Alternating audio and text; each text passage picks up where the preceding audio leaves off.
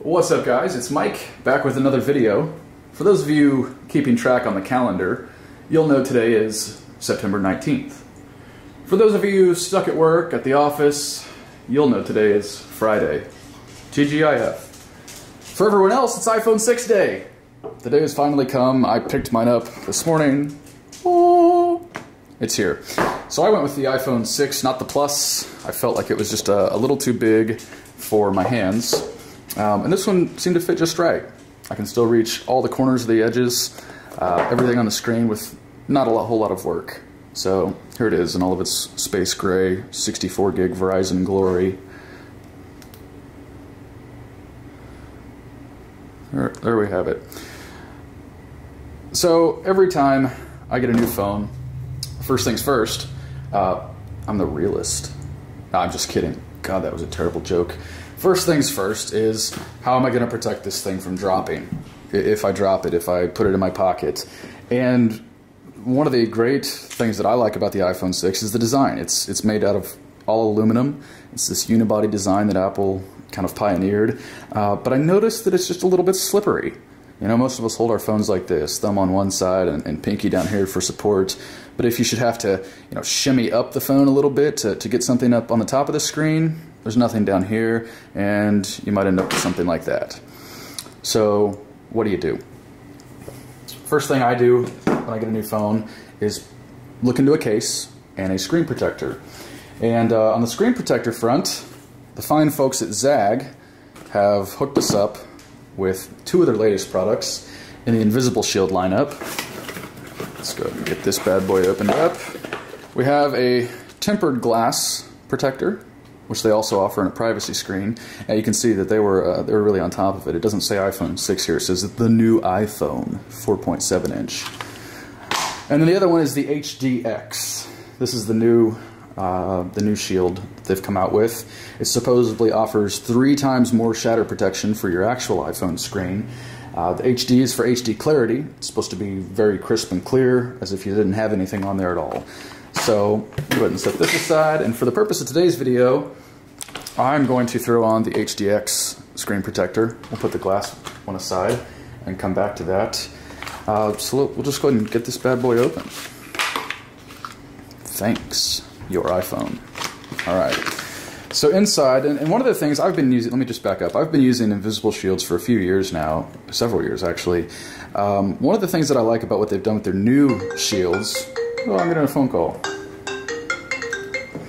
is this new Easy Apply system. And it uses these 2 tabs, one on the top, one on the bottom, for better alignment.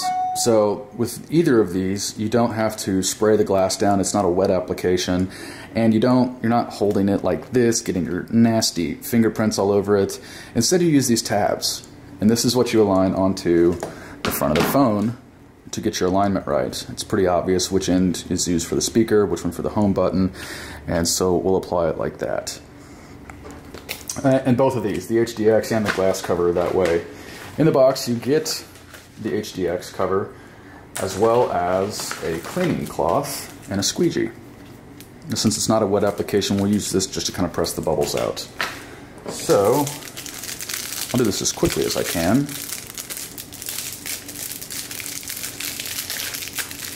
Before you put it on the display, if you've touched it at all, you'll want to use this anti-static cloth just to get any loose particles of dust off, because you don't want those forever trapped between the shield and the phone. That gets annoying. It's happened to me.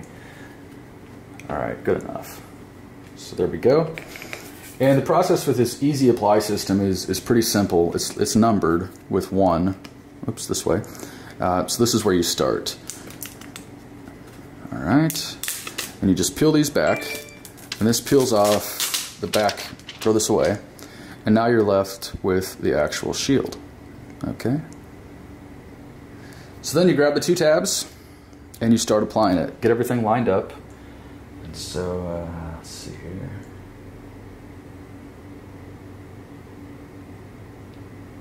That looks about right. I think I'm off just a hair.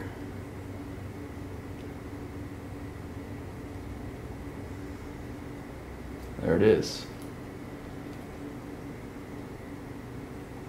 Yeah, and so we'll press down in the middle, and then we'll start to peel this back.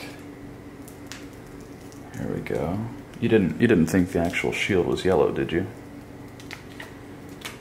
And there we have it. So I push down in the middle and work my way out to flatten it out. You see we've got some bubbles there, not terrible by any means. And that's where we'll use a squeegee to come in. All right, let's take a quick look at that. You can see a few of the bubbles there. We'll take the rubber into the or the black end of the squeegee and come back and just forcibly push those out. You don't have to push hard. The shield isn't like cemented to the front of the iPhone, so just a little pressure and just work your way inwards out. And pay close attention to the edges. Make sure that you get those sealed down real nice. That's also part of the reason why you push from the inside out, so you can get that pressure on the outside. There we go.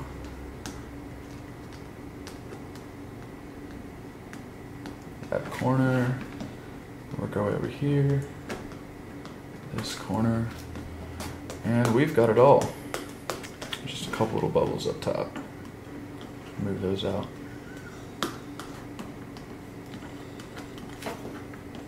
All right, that's it. We're done. I didn't time that, but maybe 30